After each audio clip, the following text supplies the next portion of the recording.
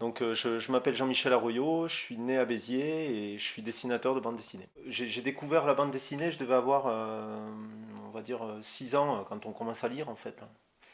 Et j'ai commencé par lire des comics américains en fait.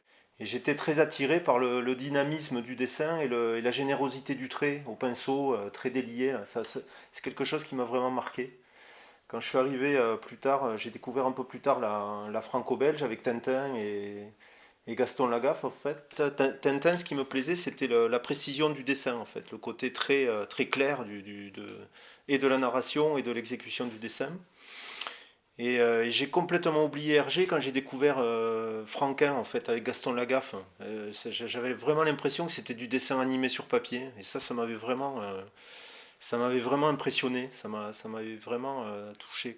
Ben, j'aime le dessin parce qu'en fait, avec des moyens minimums, on peut arriver à faire des décors, des tas de choses en fait sur du papier comme ça, sur un plan en 2D. Et je trouve ça, ça m'a toujours plu, quoi, dessiner, peindre en fait. Alors, je suis arrivé à la bande dessinée tard déjà.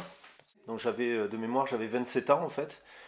Que la passion du dessin est revenue. Elle était finalement toujours là, intacte, hein. Ce qui n'était plus là, c'était le niveau, quoi. C'est-à-dire que je dessinais comme un môme de CM2, quoi. Donc je me suis retrouvé à devoir vraiment travailler beaucoup, essayer de comprendre. Je suis autodidacte, donc d'essayer de faire des progrès un peu par moi-même, comme ça, au gré. J'ai rencontré des auteurs professionnels et qui m'avaient vraiment montré ce que c'était d'être dessinateur de bande dessinée.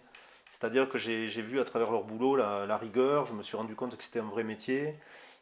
Et ça m'a plu, ce côté en fait solitaire un peu.